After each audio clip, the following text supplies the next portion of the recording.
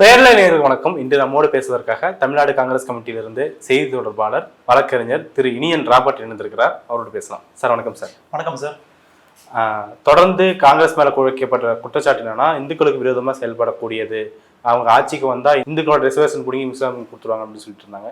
இந்துக்களை இரண்டாம் தர குடிமக்களாக மாற்றுவதற்கு காங்கிரஸ் முயற்சிட்டு இருக்கு அப்படிங்கிற குற்றச்சாட்டு வச்சிருக்காங்க. இந்த இந்து மக்கள் அதை ஒட்டிய ஒரு காங்கிரஸ் அக்யூஸ் பண்றதெல்லாம் காங்கிரஸுக்கு பிரஷரா மாறி இருக்கு, நீங்க பாக்குறீங்களா? இல்லை, நிச்சயமா இல்லை. இந்து மக்களை யார் இங்கே இரண்டாம் கட்ட குடிமக்களாக நடத்துறதுன்னு ஒரு பெரிய கேள்வி இருக்குங்க. இங்கே பெட்ரோல் விலை உயர்ந்தது எல்லா மதத்துக்கும் தானே, கேஸ் விலை உயர்ந்தது எல்லா மதத்துக்கும் தானே, எல்லா மதத்தில் இருக்கக்கூடிய ஏழை எளிய மக்கள் பாதிக்கப்பட்டிருக்கிறாங்கல்ல. அப்போ இங்கே எங்கே காங்கிரஸ் கட்சி இந்துக்களுக்கு எதிராக அல்லது இந்துக்களுக்கு ஆதரவாக செயல்படுத்துகின்ற நிலைப்பாடு இங்கே வராங்கன்றது எனக்கு புரியல. பிஜேபி என்கிற கட்சி தான் உண்மையிலேயே இந்துக்களுக்கு எதிரான கட்சி. எப்படின்னு கேட்டிங்கன்னா, உங்களுக்கு எஸ்சிக்கான இடஒதுக்கீடு அரசியல் நிர்ணய சபையில வந்த பொழுது அதை கடுமையாக எதிர்த்தது இந்து மகாசபை. அன்னைக்கு ஓபிசி இடஒதுக்கீடை மண்டல் கமிஷன் பரிந்துரை அடிப்படையில கொண்டு வர முயற்சித்த பொழுதும் 91-92 மிகப்பெரிய கடுமையான போராட்டம் நடத்தினது இதே பிஜேபி RSS கூட்டம். இந்த ஓபிசி SC/ST தாண்டி இருக்கிற இந்துக்களுக்கு வேணா ஆதரவா இருக்கிற ஒரு கட்சியாக இருக்கலாம். ஆனா சமூக நீதி அடிப்படையில் இருக்கக்கூடிய ஓபிசி MBC SC/STக்கு ஆதரவான அந்த இந்துக்களுக்கு ஆதரவான கட்சி பிஜேபி கிடையாதுன்ற ஒரு புரிதல்களை நான் வந்திருக்கோம். அதெல்லாம் இங்க யார் இந்துக்களுக்கு ஆதரவா செயல்படுறாங்க, யார் இங்க எல்லாருக்கும் ஆதரவாக செயல்படுறாங்கன்றது தெளிவா நம்ம பார்க்கணும். காங்கிரஸ் கட்சி ஒருபோதும் எந்த சமூகத்தையும் பழிக்காது, அதே நேரத்தில் எந்த சமூகத்தையும் கொண்டாடாது. இன்க்ளூசிவ், எல்லாரையும் உள்ளடக்கியதான் ஒரு அரசியல தான் காங்கிரஸ் கட்சி முன்னெடுத்திருக்கிறது. அப்படிதான் நாங்க இத்தனை வருஷம் இருந்திருக்கோம். அதனாலதான் எங்களுக்கு நிறைய பிளஸ் இருக்கு, நிறைய மைனஸ் இருக்கு. எங்களோட பிளஸ் தான் எங்க மைனஸ் தான். எங்களுக்குன்னு ஒரு வாக்கு வங்கி உருவாக போனது காரணம் என்னன்னா, நாங்க எந்த இனம் சார்ந்து, எந்த மொழி சார்ந்து, எந்த மதம் சார்ந்து, எந்த ஜாதி சார்ந்தும் அந்த அடையாளத்துக்குள்ள போகாம இருந்ததுனாலதான் எங்களால ஒரு ஸ்ட்ராங்கான ஓட் பேங்க் எங்களுக்கு டெடிகேட்டட் ஓட் பேங்க் கட்சிக்கு இல்லாம ஃப்ளோட்டிங்கா தான் இருக்கு. எதிர்ப்பலை வரும்பொழுது காங்கிரஸ் ஆட்சிக்கு வரும், சரிங்களா? மற்றபடி காங்கிரஸ் ஆட்சியில் இருக்கும்போது எல்லாரும் எங்க போட்டு திட்டுவாங்க, பயங்கரமா திட்டுவாங்க, பயங்கரமா அடிப்பாங்க. அதன் பிறகு மக்கள் உணர்ந்து திருப்பி காங்கிரஸ் பக்கம் வருவாங்கன்றதான் வரலாற்று உண்மையாக இருக்கிறது. தொடர்ந்து இப்போ தெலுங்கானாக்கு போனா காங்கிரஸும் BRS சேர்ந்து குரான் அடிப்படையில சரியா சட்ட அடிப்படையில ஆட்சி அமைக்க முற்படுறாங்க. இன்னொரு பக்கம் பிரதமர் மோடி ராமர் கோயிலுக்கு வராதவங்க எல்லாம் எப்படி நம்ம நல்லவங்களா பார்க்க முடியும் அப்படிங்கிற அளவுக்கு எல்லாம் குற்றச்சாட்டு வச்சிருக்காரு.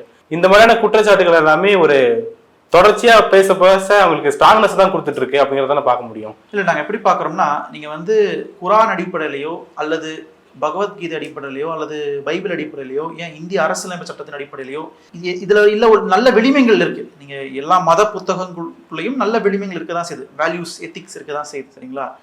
இது ஏதோ ஒரு வகையில் ஏற்றுக்கொள்ளலாம். ஆனா கோல்வால்கர் எழுதிய பஞ்ச் ஆஃப் தாட்ஸ் புத்தகத்தை வச்சியோ அல்லது VD சாவர்கர் எழுதிய ஹிந்துத்துவ புத்தகத்தை வச்சு ஆட்சி நடத்துற பிஜேபி இதை பத்தி பேச அவங்களுக்கு எந்த தகுதியுமே கிடையாது. அதுதான் விஷமத்தனமானது, அதுதான் வேணாங்கிறது. நீ இதுல உள்ள நல்ல விளிமைகளை வச்சு ஆட்சி நடத்திக்கலாம், தப்பு கிடையாது. அதெல்லாம் நாங்க எல்லாருக்கும் இன்க்ளூசிவா எல்லா மதத்தை சார்ந்தவங்களையும் ஆதரிச்சு அங்கே போறதுல எங்களுக்கு எந்த பிரச்சனையுமே இல்லை. நீங்க எதை பார்த்து வழி நடத்துறீங்க? நீங்க எந்த மத புத்தகத்தை பார்த்து, எந்த அரசியலமைச்சத்தை பார்த்து நீங்க நடத்துறீங்கன்னா அப்படி எதுவுமே நம்பிக்கை இல்லை. அவங்க முழுக்க நம்புவது கோல்வார்க்கனுடைய வழிகாட்டுதல். மாநிலங்களே இருக்கக்கூடாது, ஒட்டுமொத்த அதிகாரமும் ஒன்றிய அரசு கிட்ட தான் இருக்கணும், மாநிலங்கள் இல்லாத இந்தியான்றத பஞ்ச் ஆஃப் தாட் புத்தகத்தினுடைய அடிப்படை. அதே மாதிரி இந்துக்களை ஒருங்கிணைக்க வேண்டும், அதுல குறிப்பாக இந்த உயர் சாதி இந்துக்களிடம் எல்லா அதிகாரமும் குவிந்து இருக்க வேண்டும் என்கிற சாவர்கருடைய கனவு திட்டம், விஷன், அதுக்கும் கட்சி நீங்க வழிநடத்துறீங்க. அப்போ இது எங்களுக்கு நிச்சயமா ஒத்து வராது. எங்களுடைய வழி வேற, எங்களுடைய பாதை வேற என்றதை நாங்க புரிஞ்சுக்கிறோம். ஒரு பக்கம் ராகுல் காந்தி சொந்த தொகுதியான அமைதியை விட்டு ரேபரேலியில போட்டி போடுறாரு. பிரியங்கா காந்தி அவர்கள் போட்டி போடலன்னு சொல்லியிருக்காங்க. சோனியா காந்தி அவர்கள் மாநிலங்களவையில் போயிட்டு MP ஆயிருக்காங்க. இதெல்லாம் காங்கிரஸ் அச்சப்பட்டிருக்கு அப்படிங்கிறத காட்டுதுன்னு சொல்றாங்க. இல்ல, நாங்க பயந்துட்டோம் அப்படின்னா அப்ப ஏன் பிஜேபி காஷ்மீர்ல வேட்பாளரை போடவே இல்லை? காஷ்மீர்ல 3 பாராளுமன்ற தொகுதி இருக்கு உங்களுக்கு, ஸ்ரீநகர், பாராமுல்லா, லடாக். 3 பாராளுமன்ற தொகுதிகளையும் பிஜேபி வேட்பாளரை போடல, கூட்டணிக்கும் போலாங்க இப்ப எந்த கட்சி கூடயுமே. ஏன் போகல? பயமா உங்களுக்கு?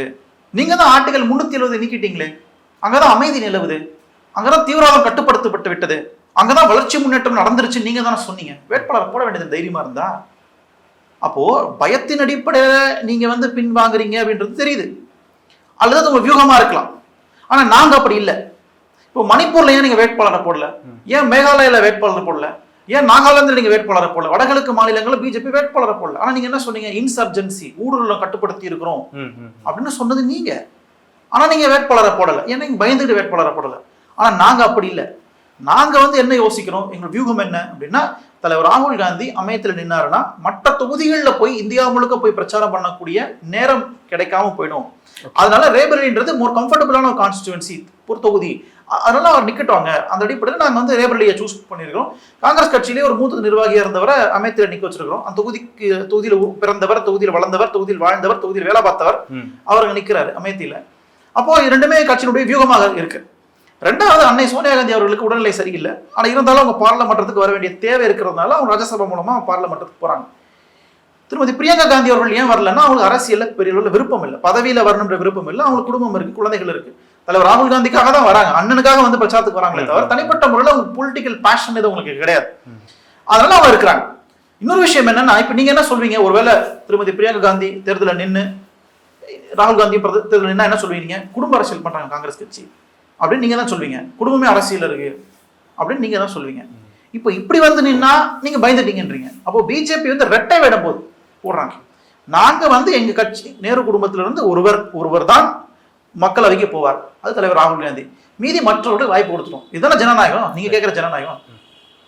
சரிங்களா? அப்போ இதுல நம்ம தெளிவா இருக்கு. சார், இதுல ஒரு புதுசான விஷயம் பார்க்க முடியுது. இப்போ பிரியங்கா காந்தி அவர்கள் போட்டி போட அறிவிச்சிட்டாங்க. ஆனா ரேபரேலி முழுக்க அவங்க தான் கை கொண்டிருக்கிறதா பார்க்க முடியுது. பிரச்சாரம் ஆகட்டும், இல்ல பிரதமர் மோடி சொல்ற விதத்துக்கு ஒவ்வொரு வார்த்தைக்குமே பதிலடி அங்க இருந்து ரேபரேலில இருந்து பிரியங்கா காந்தி மூலமா வந்துட்டு இருக்கு. ஆனா இவ்வளவு ஸ்ட்ராங்கா பேசுறவங்க இங்க தேர்தல் போட்டி போடுறதுன்றது தான் ஒரு மாதிரி ஆச்சரியத்தக்க விதமா இருக்கு. இந்த பிளான் என்ன பிளான் சார்? இல்ல அப்படி இல்லை, நீங்க அதாவது இந்த ரேபரேலில பிரச்சாரம் மேற்கொள்ற பிளான் சொல்றேன். இல்ல அவங்களுக்கு நல்ல ஒரு ரேப்போ இருக்கு, நல்ல ஒரு மாஸ் இருக்கு, நான் அதை மறுக்கவே இல்லை. மக்கள் மனசுல நல்ல நம்பிக்கை இருக்கு. பாக்குறதுக்கு இந்திரா காந்தி மாதிரி இருக்கிறாங்கன்ற மாதிரியான பேர்கள்லாம் வருது. ஸோ மக்கள் அவங்க பார்க்கும்போது இந்திரா காந்தியவே பார்க்குற மாதிரி எல்லாம் பாக்குறாங்க. அதெல்லாம் மறுக்கிறதுக்கு இல்லை. ஆனா தனிப்பட்ட முறையில் அவங்களுக்கு நிக்கிறது விருப்பம் இருக்கான்னு பல முறை கேட்டதுல எனக்கு அரசியல் விருப்பம் இல்லை, எனக்கு பொலிட்டிக்கல் பேஷன் இல்லைன்ட்டாங்க. ரெண்டாவது, உங்களுக்கு ராபர்ட் வதேராவையும் உள்ள எடுத்து விடுறாங்க பிஜேபிக்காரங்க. அவர் ஒரு பிசினஸ் மேன், ஒரு பிசினஸ் பார்த்துட்டு இருக்கிறாரு. நாளைக்கு இவங்க அரசியலுக்கு வராங்கன்னா அது காங்கிரஸ் கட்சிக்கு ஒரு எக்ஸ்ட்ரா பேகேஜா இருக்கணும். அதனால நாங்கள் காங்கிரஸ் கட்சி பிரியங்கா காந்தி வந்து போட்டியில இருந்து விலகுனா ஒன்றும் பெருசாக நாங்கள் அதை பார்க்கல. நாங்கள் எங்களுக்கு கட்சியினுடைய முகமாக ஒரிஜினல் ஃபேஸாக தலைவர் ராகுல் காந்தி இருக்கிறார், கட்சியினுடைய தலைவராக மல்லிகார்ஜுன கார்கே இருக்கிறார். இவங்க ரெண்டு பேர் தான் எங்களுக்கு போதும். நாங்கள் வச்சு நாங்கள் நல்லா அரசியல் பண்ணணும் இந்தியாவில். ஏன்னா இப்போ எங்களுக்கு இப்போ என்னன்னா, எங்களோட வாக்குறுதிகளை நாங்கள் போய் நிறைவேற்றணும். இதுதான் இப்போ எங்களுக்கு இருக்க பெரிய சேலஞ்ச். ஏன்னா 10 ஆண்டுகள்ல பிஜேபி இந்தியாவை சதைச்சிருக்காங்க. பொருளாதாரத்துல, சிறு குறு தொழில்கள்ல, பெருந்தொழில கூட பாத்தீங்கன்னா உங்களுக்கு வந்து அரசு நிறுவனங்கள் பெரிய அளவில் முதலீடுகளே போடல. ஒண்ணு கூட கிடையாது. அரசு பொதுத்துறை நிறுவனங்கள் 10 வருஷத்துல ஒண்ணு கூட முதலீடே போடல. சரிங்களா? எல்லாத்துலயும் வேலையின்மை நடந்திருக்கிறது, வேலை இழப்பு நடந்திருக்கிறது. இது எல்லாத்தையும் சரி செய்யறதுக்கே இன்னும் 10 வருஷம் ஆகும். அதனால எங்களுக்கு முன்னாடி இருக்கிற கனவு, லட்சியம் அல்லது வேலைகள் நிறைய இருக்கு. அதை நோக்கி நாங்கள் போக வேண்டிய கட்டத்தில் இருக்கோம். அதனால இப்போதைக்கு ஜூன் 4 பார்ப்போம். ஜூன் 4க்கு அப்புறம் ஆகஸ்ட் 15 பார்ப்போம்.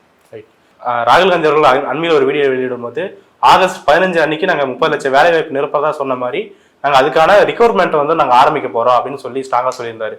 இந்த வேலை வாய்ப்பின்மை அது தொடர்பா இளைஞர்கள்கிட்ட பேசுறது அதெல்லாம் எடுபட்டு நினைக்குதா? அதனாலதான் ராகுல் காந்தி எல்லாம் வெளிப்படுத்திட்டு இருக்காரு. நிச்சயமா நீங்க தென்னிந்தியால இருந்து நம்ம பேசினது புரியாது. ஆனா வட இந்தியாவில் வேலையின்மையோட கொடூரம் வந்து மோசமா இருக்கு. நீங்க ஒரு சின்ன உதாரணம் சொல்றேன். ஹரியானா, பஞ்சாப்ல இருந்து 1 லட்சத்துக்கும் மேற்பட்ட இளைஞர்கள், படித்த இளைஞர்கள் இஸ்ரேல் பாலஸ்தீன் வார் நடக்கும்போது கட்டட வேலைக்கு போறாங்க. அங்க போனா உயிர் இருக்குமான்னு தெரியாது. வருமானம் வரும்ன்றதை தாண்டி நல்ல வருமானம், அங்க போனா நல்ல வருமானம், நல்ல சம்பளம் என்பதை தாண்டி திருப்பி உயிரோ வருமானு தெரியாது. ஏன்னா போர் நடக்கிற பகுதி. ஏன்னா அந்த இடிபாடுகளை சரி செய்து கட்டணம் கட்ட வேண்டிய தேவை ஏற்படுது. அதுக்கு கூட இந்தியாவில் வட இந்திய இளைஞர்கள் போக தயாரா இருக்காங்க. அப்ப அந்த மாதிரி சூழ்நிலையில் தான் வட இந்தியா இருக்கு. அதே மாதிரி உத்தரப்பிரதேஷ், பீகார், மத்திய பிரதேஷ் மாநிலங்கள் கூடிய பல இளைஞர்கள் தமிழ்நாட்டுக்கு வராங்க வேலைக்கு. தமிழ்நாட்டில் இங்க இருந்து மெட்ரோ ட்ரெயின் ப்ராஜெக்ட்ல நீங்க பார்க்கலாம். அவங்கள நீங்க பல உணவகங்கள் இருக்கிறாங்க வட இந்திய இளைஞர்கள். அப்போ என்ன காட்டுது? தென்னிந்தியா வளர்ந்திருக்கிறது, வட இந்தியா வளராமல் இருக்கிறது புரியுதுல. வட இந்தியாவில் வேலையின்மை அதிகமா இருக்கிறதுல இந்த வேலை அங்க இருந்தா அவங்க தான் இருந்திருப்பாங்க. அப்போ வட இந்தியாவில் நிலவக்கூடிய அந்த வேலையின்மைக்கு ஒரே ஒரு தீர்வு என்னன்னா, அரசு பொதுத்துறை நிறுவனங்கள்ல இருக்கக்கூடிய 30 லட்சம் காலி இடங்களை நிரப்புவதுதான் ஒரே தீர்வு. இப்ப என்னன்னா, இந்த காலி இடங்கள் புதுசாலாம் வந்தது கிடையாது. ஏற்கனவே 2020 இருந்தே வேக்கண்ட் இருக்கிற போஸ்டிங்ஸ் இதெல்லாம். இந்த போஸ்டிங்ஸை ஒன்றிய அரசு நிரப்பாமலே வச்சிருக்காங்க. என்ன காரணம்னா, ரொம்ப சிம்பிளான காரணம். இந்த போஸ்டிங்ஸ் நீங்க நிரப்பணும்னா இந்த சமூக நீதி அடிப்படையில் நிரப்பணும். நீங்க அதுல ஓபிசி என்ன இடஒதுக்கீடு என்ன, எஸ்சி இடஒதுக்கீடு என்ன, எஸ்டி இடஒதுக்கீடு என்ற அடிப்படையில் போடணும். அதுல பைபாஸ் பண்றதுக்கு, இடஒதுக்கீடை பைபாஸ் பண்றதுக்காகவே இத்தனை ஆண்டு காலம் 4 வருஷத்துக்கும் மேல இந்த 30 லட்சம் வேகன்சியை ஃபில் பண்ணாமலே வச்சிருக்காங்க. சரிங்களா? ஆனா என்ன பண்றாங்கன்னா, இந்த மாதிரி வேகன்சிஸை கான்ட்ராக்ட்ன்ற பேர்ல, ஃப்ரீலான்சிங்ன்ற பேர்ல, இன்டர்ன்ஷிப்ன்ற பேர்ல அதை குறிப்பிட்ட ஒரு சமூகத்துக்கு கொடுத்து அவங்க அதை அனுபவிக்கிறாங்க. அவங்க யாருன்னு நான் சொல்லணும் அவசியம் இல்லை, உங்க எல்லாருக்குமே தெரியும். அப்ப அவங்க இதை பலன் அனுபவிக்கிறதுனால மற்ற சமூகங்களுக்கு இதுக்கான பலன் போய் சேராம இருக்கிறது. அதுதான் தலைவர் ராகுல் காந்தி சொல்றாரு, அரசு வேலையில நாங்க வந்தோம்னா 30 லட்சம் வேகன்சி இருக்கிற வேகன்சியை நாங்க ஃபில் பண்ணுவோம். அதன் பிறகு இந்தியாவில் வேலையை உயர்த்துவதற்கு, வேலை பர்சன்டேஜ் உயர்த்துவதற்கு நாங்க திட்டங்கள், அது சார்ந்த விஷயங்கள்ல நான் வியூகங்களை வகுப்போம்னு சொல்றேன். 3 கட்ட தேர்தல் முடிஞ்சிருக்கு. இதுல கள நிலவரம் என்னவா இருக்கு? காங்கிரஸ் உணர்ந்தது என்ன? ஒண்ணு வேணா, நீங்க 3 கட்ட தேர்தல் என்ன நடந்தது அப்படின்னு நீங்க தெரிஞ்சுக்கணும்னா மோடியோட பேச்சை பாருங்க, தெரிஞ்சுக்கலாம். நீங்க எப்படி பேசுன மோடி இன்னைக்கு இப்படி பேசிக்கிட்டு இருக்காரு, அப்படி இருந்த நான் இப்படி ஆயிட்டேன்ற மாதிரி எப்படி பேசிக்கிட்டு இருந்த மோடி வளர்ச்சி, முன்னேற்றம், ஆஹா smart India, start up India, sit up India, digital இந்தியான்னு பேசுறவர் கடைசியில தாலி இந்தியா, எருமாடு இந்தியான்னு பேசிட்டு இருக்காரு. சொத்தை பிரிச்சு கொடுத்துருவாங்க, எருமாடை பிடிச்சு கொடுத்துருவாங்க, தாலி பிடிச்சு பிடி கொடுத்துருவான், அதை கொடுத்துருவான், அதை கொடுத்துருவான், அதை கொடுத்தா பேசிட்டு இருக்காரு. அதை வச்சு நீங்க கம்பேர் பண்ணிக்கோங்க. 3 கட்ட தேர்தலையுமே அவங்க பதற்றத்துல இருக்கிறாங்க, அவங்க பயத்துல இருக்கிறாங்க, தோல்வியின் விளிம்புல இருக்கிறாங்க, தோல்வியின் பயத்துல இருக்கிறாங்க. 22 வருஷம் பதவியிலே இருந்த ஒரு நபர் சீஃப் மினிஸ்டரா இருந்திருக்காரு, பிரைம் மினிஸ்டரா இருந்திருக்காரு. ஜூன் 4ஆம் தேதிக்கு அப்புறம் எனக்கு பதவி இல்லைன்னா அவருக்கு எப்படி மனநிலை இருக்குன்னு யோசிச்சு பாருங்க. நீங்க அந்த மனநிலையில யோசிச்சு பார்த்து அவர் பதறிட்டு இருக்கிறாரு. இந்தியாவில் மதக்கலவரம் ஏற்பட்டாலும் பரவாயில்ல, நான் ஆட்சிக்கு வரணும்னு நினைக்கிறாரு. ரொம்ப சிம்பிளா சொல்றேன். 73 வயது முதியவர் அவர் இந்தியாவில் கலவரம் ஏற்பட்டு எத்தனை பேர் செத்தாலும் பரவாயில்ல, நான் பிரதமர் ஆகணும்னு நினைக்கிறார். இதான் அவருடைய வியூகமா இருக்கார். எதுவுமே நினைக்கல. ஒரு குடும்பத்தில் இருக்கிற 73 வயது நபர் தன் பேரன்களையோ தன் மகன்கள் வயதில் இருக்கிற யாரையுமே கலவரத்தால் பாதிக்கப்படக்கூடாது அப்படின்னு நினைக்கக்கூடியவங்க தான் நல்லவங்களா இருப்பாங்க. ஆனா இந்த 73 வயது முதியவர் எவன் எக்கெடு கட்டு போனாலும் பரவாயில்ல, நான் பிரதமர் ஆகணும், என் கட்சி ஆட்சிக்கு வரணும், நான் அதிகாரத்தில் இருக்குன்னு நினைக்கிறேன். அப்போ இந்த 3 கட்ட தேர்தலையுமே இந்தியா கூட்டணி வெற்றியை நோக்கி சென்று கொண்டிருக்கிறது. இனிமே இருக்கக்கூடிய 4 கட்ட தேர்தலையுமே வெற்றி நோக்கி தான் செல்ல போகிறது என்பதில் எந்த சந்தேகமும் கிடையாது. அதனாலதான் இந்த நரேட்டிவை அவங்க மாத்துறாங்க. சரிங்களா? 2047 விக்சித் பாரத், விக்ஸ் பாரத்னு பேசினவரு, 400 பார் சாக்கோ பார்னு பேசினவரு இப்ப ஏன் வந்து தாலியை பிடிங்கி கொடுத்துருவான், எருமாட்டை பிடிங்கி கொடுத்துருவான், இடஒதுக்கீடை கொடுத்துருவான் அப்படின்னு பேசிட்டு இருக்கிறாரு. ஆனா அது அவங்களுக்கு பலன் அளிக்கிறதுன்னு தெரிஞ்சு ஒண்ணும் கிடையாது. நான் திருப்பியும் சொல்றேன், 2014 அவர் ஜெயிச்சதுக்கு காரணம் மதவாதம்னால கிடையாது, மத வெறினால கிடையாது. அவர் ஜெயிச்சது வளர்ச்சி, முன்னேற்றம், வேலை வாய்ப்பு, டாலருக்கு நிகரா இந்திய ரூபா கொண்டு வருவேன் இப்படி பொய் சொன்னதுனாலதான். சரிங்களா? அப்போ மக்கள் உங்களை வளர்ச்சிக்கு தான் ஓட்டு போட்டாங்க. வளர்ச்சி நாயகன் மோடி, மோடி வரணும் சார், மோடி வந்தாதான் நாடு டெவலப் ஆகும் சார், பாகிஸ்தான்காரன் வெளியூர் பண்ணுவாரு சார் அப்படின்னு பேசினாங்க பல பேர். இப்ப எங்க இருக்காங்கன்னே தெரியல அவங்களாம், அது வேற விஷயம். அந்த நம்பிக்கையில தான் ஓட்டு போட்டாங்க. உங்க மத வெறிக்கு ஓட்டு போடல. 2019 எதுக்கு ஓட்டு போட்டாங்க? புல்வாமா தாக்குதல், இந்திய பாதுகாப்பு, உள்நாட்டு பாதுகாப்பு, வெளியுறவுத்துறை கொள்கைகள், இதுக்கு தான் ஓட்டு போட்டாங்க. ஆனா 2024 மோடி பேசுறதுக்கு அவர்கிட்ட எதுவுமே இல்லை, மதத்தை தவிர. இப்போதான் பிஜேபி நரேந்திர மோடியினுடைய உண்மையான முகம் வெளியில வருது. இதான் உண்மையான முகம். இவ்வளவு நாள் போட்டது முகமூடி. அந்த உண்மையான முகம் வெளியில வரும்போது அவர் பதற்றத்துல உளறிக்கிட்டு இருக்கிறார், மதவெறியை தூண்டுறாரு, மதக்கலவரம் ஏற்படுத்துவதற்கு வழிவகை செய்யறாரு தான் வெளிப்படையா சொல்றேன். ஏன்னா இந்த இந்தியாவில் பெரும்பான்மை மக்கள் சார், 80% மக்கள் சண்டை வேணான்னு நினைக்கிறேன். சண்டை வேணாம், சமத்துவத்தோடு இருக்கணும், சமூக நீதியை விரும்புறவன், சகோதரத்துவத்தை விரும்புறவன் நிறைய பேர் இருக்காங்க. ஒரு 10% சங்கி இருப்பான், அவன் இன்செக்யூரிட்டிலே வாழ்ந்துட்டு இருப்பான், ஒரு பாதுகாப்பின்மையோட வாழ்ந்துட்டு இருப்பான், அவன் வந்துருவான், இவன் வந்துருவான், அவன் வந்துருவான்ட்டு. ஆனா பெரும்பான்மை மக்கள் அப்படி நினைக்கிறது கிடையாது.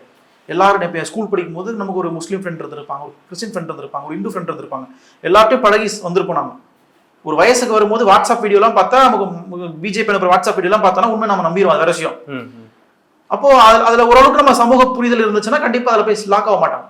அப்போ நிச்சயமாக வந்து இங்க பெரும்பான்மை மக்கள் வந்து இந்த தீர்ப்பு எழுதத்தான் போறாங்க ஜூன் 4ஆம் தேதி. அதுல இந்தியா கூட்டணி வெற்றி பெறதான் போகிறது. பிஜேபி இனி இதுக்கப்புறம் இந்தியாவில் எப்பொழுதும் வர முடியாத அளவுக்கு தலைவர் ராகுல் காந்தி அதுக்கான அடிப்படை செய்து வைப்பார்.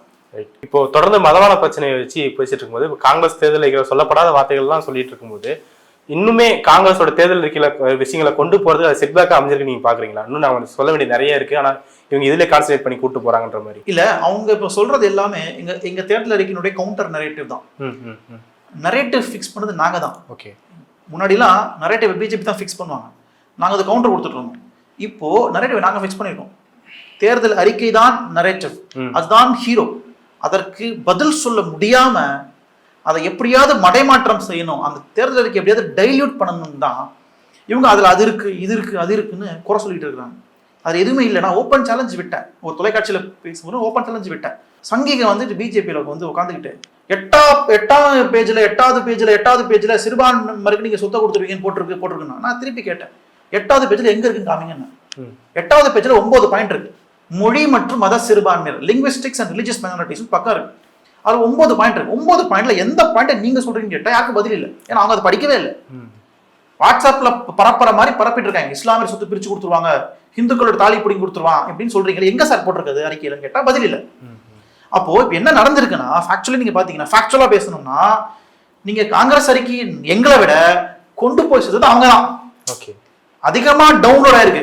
எப்பொழுதும் இல்லாத அளவுக்கு, இந்திய வரலாறுல எப்போதும் இல்லாத அளவுக்கு காங்கிரஸ் கட்சியினுடைய தேர்தல் அறிக்கை அதிகமா டவுன்லோட் ஆயிருக்கு. எங்க வெப்சைட்ல அதிகமா பகிர்ந்திருக்கிறாங்க, அதிகமா மக்கள் வாசிச்சிருக்கிறாங்க, அதிக மக்கள் கருத்து போய் சேர்ந்திருக்கு. அதற்காக பிரதமருக்கு எங்களுடைய சிறப்பான நன்றிகளை தெரிவித்துக்கிறேன். நான் காங்கிரஸ் கட்சியினுடைய இந்த பிஆர் ஏஜென்சியை விட, காங்கிரஸ் கட்சியினுடைய மீடியா ரிலேஷன்ஸை விட மூளை முடுக்கெங்கும் கொண்டு சென்ற நரேந்திர மோடிக்கு எங்களுடைய பாராட்டுகளும் நன்றிகளும்.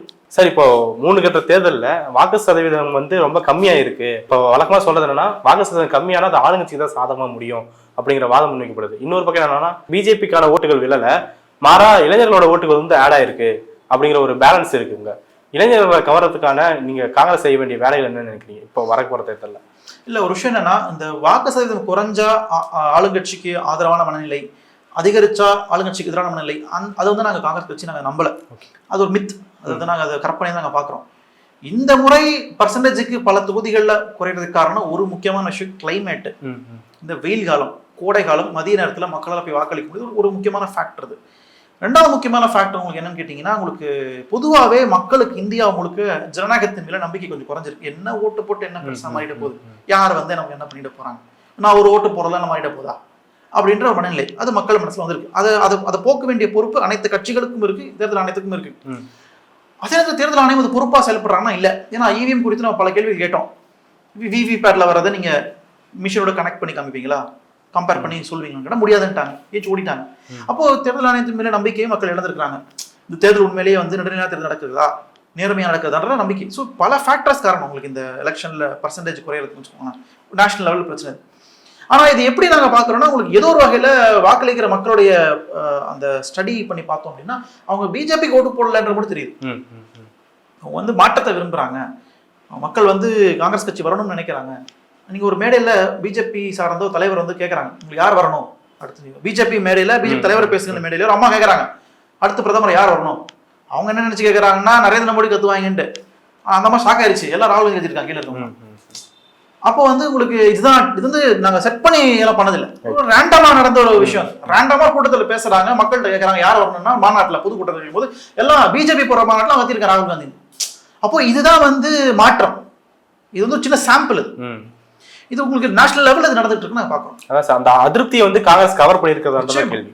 இல்ல, நிச்சயமா நீங்க அதிருப்தியை வந்து நீங்க ஆட்டோமேட்டிக்கா காங்கிரஸ் கவர் பண்ணியாச்சு. நீங்க தலைவர் ராகுல் காந்தி பாரத் ஜோடோ யாத்திரா போன காலகட்டத்தில இருந்து பிஜேபி மேல உள்ள அதிருப்தி கொஞ்சம் கொஞ்சமா காங்கிரஸ் பக்கம் வந்து பாசிட்டிவா வர ஆரம்பிச்சிருச்சு. அது இவங்க செய்ய மாட்டாங்க. ஏன்னா காங்கிரஸ் கட்சி 10 ஆண்டுகள்ல நடந்த முன்னேற்றம் இருக்குல்ல, சமூக பொருளாதார முன்னேற்றம், அதை மக்கள் உணர்ந்திருக்கிறாங்களா, அதில் வாழ்ந்துருக்கிறாங்களே.